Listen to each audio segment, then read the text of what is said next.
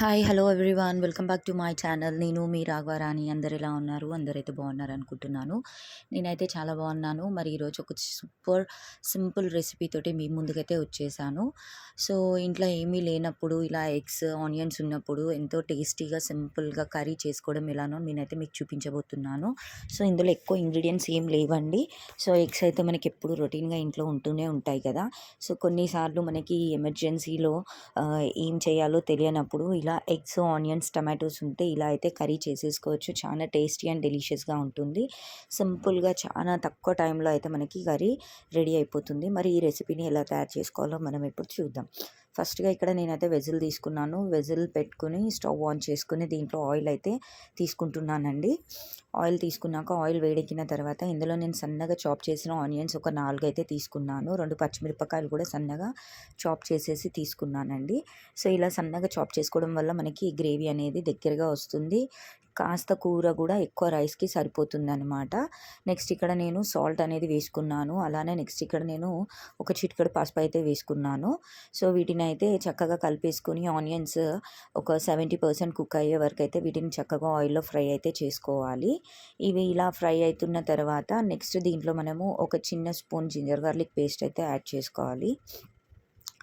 దీన్ని కూడా చక్కగా ఫ్రై చేసేసుకుని నెక్స్ట్ దీంట్లో మనము అదర్ స్పైసెస్ అన్నీ కూడా యాడ్ చేసుకోవాలండి. సో ఇక్కడ నెక్స్ట్ నేను వచ్చేసి ఇందులో సింపుల్ స్పైసెస్ రెగ్యులర్గా మనం యూజ్ చేసేటివి 1 స్పూన్ ధనియాల పొడి, అలానే నెక్స్ట్ ఇక్కడ మనం తినే స్పైసీనెస్ని బట్టి కారం అనేది యాడ్ చేసుకోవాలి. సో ఇవన్నీ కూడా ఆయిల్లో ఒక 1 మినిట్ పాటు చక్కగా ఫ్రై చేసేసుకోవాలన్నమాట.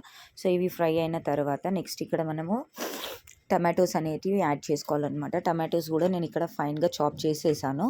సో అంటే నా దగ్గర చాపర్ ఉంది. చాపర్లో ఫైన్గా చాప్ చేశాను. కావాలంటే మీరు పేస్ట్ మిక్సీలో బ్లెండ్ చేసి కూడా వేసుకోవచ్చు. మీకు మంచి గ్రేవీ కన్సిస్టెన్సీ అనేది అయితే వస్తుంది.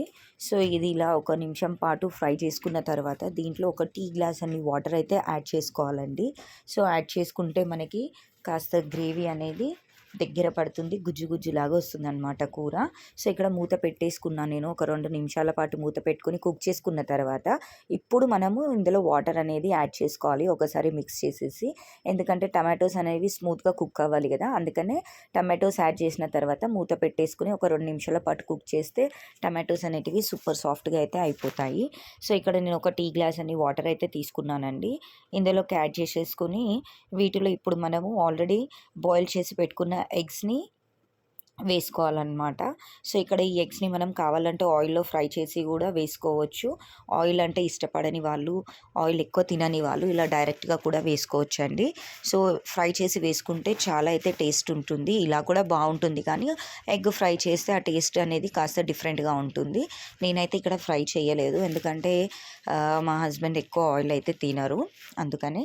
సో నెక్స్ట్ ఇక్కడ మూత పెట్టేసుకుని మనం ఒక 2-3 నిమిషాల పాటు దీన్ని కుక్ చేసుకుంటే మనకి ఆయిల్ కర్రీ నుంచి సపరేట్ అవుతుంది, చక్కగా కుక్ అయిపోతుందండి. ఈ జ్యూస్ అంతా కూడా ఎగ్స్లో ఇలా నేను చాక్ తోటి ఘాట్లు పెట్టి వేసాను కాబట్టి ఆ జ్యూస్ అంతా కూడా అబ్జర్వ్ చేసి ఎగ్ కూడా చక్కగా టేస్టీగా ఉంటుంది.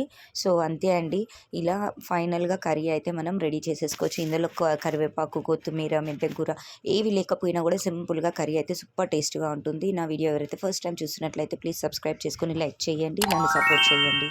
Thanks for watching. Bye bye.